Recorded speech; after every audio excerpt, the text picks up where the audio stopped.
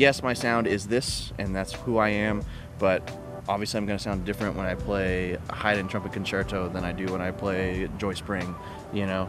And knowing those differences and knowing how to manipulate your sound and know what you're going for is a huge goal, I feel like. And then also, like, you know, just having the flexibility, and I guess all that kind of goes into the flexibility and like almost the chameleon-like aspect of being a musician. We are in the information accumulation business. Like, it's our job to accumulate as much different information as possible, whether that's Latin music, whether that's soul music, whether that's funk, hip-hop, R&B, jazz, trad jazz, like, doesn't matter the genre. There are so many things that we can take from every single style of music, whether it's something melodic, something rhythmic, something harmonic, like, and then every time we play, what we play is a manifestation of everything that we've ever heard, whether it's conscious or subconscious. And so to me, the more that we listen, the more we're going to be inspired to play differently, to compose differently, to hear things differently, to interact differently, to communicate differently, to express differently. And so the more that you can listen, you know, the more that you have to say. I've had to like listen to a lot of things that I wouldn't necessarily like just being drawn to, and then you realize like the craft in different genres that maybe you brushed aside, that you're like, oh, in order to sing this, this is not, you know, easy stuff to sing it well or sing it the way that it was intended.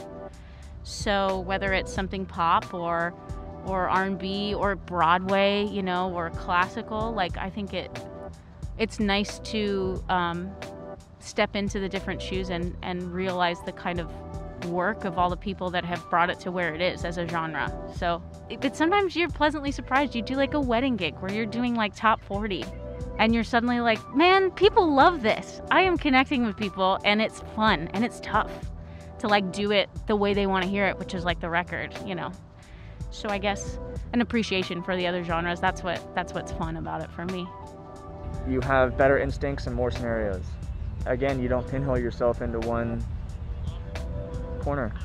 I think it's important to be a versatile musician, you know, and not have one bag of tricks, you know. Be able to, you know, do the jazz record one day and the metal record the next day. You know, like, be able to have your ears open enough to, like, go to your friend's show.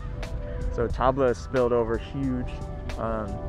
Brazilian music has spilled over into, you know, like, from Pandero playing, from listening, they had a Brazilian ensemble at school that I got to play in for 2 weeks. Super cool. And I mean, and also, like, too, you know, playing, like, I was in a ska band for like 10 years. Double pedal ska music, dude. It was sick. So, you know, having, like, for drummers specifically, like, having like loud chops, soft chops, you know, being able to do those, like, obviously I feel like I have the loud chops from playing like a bunch of rock and ska growing up, whereas I feel like I have the touch of a jazz drummer when I need to play stuff like that, or like, oh, he listens to Indian music because he does takadimi-da, takadimi-da, takadimi-da, you know, like, you always, I don't know. For those familiar with with what I'm quoting or what I'm playing and the idioms I'm trying to play in, you know, they'll hear it.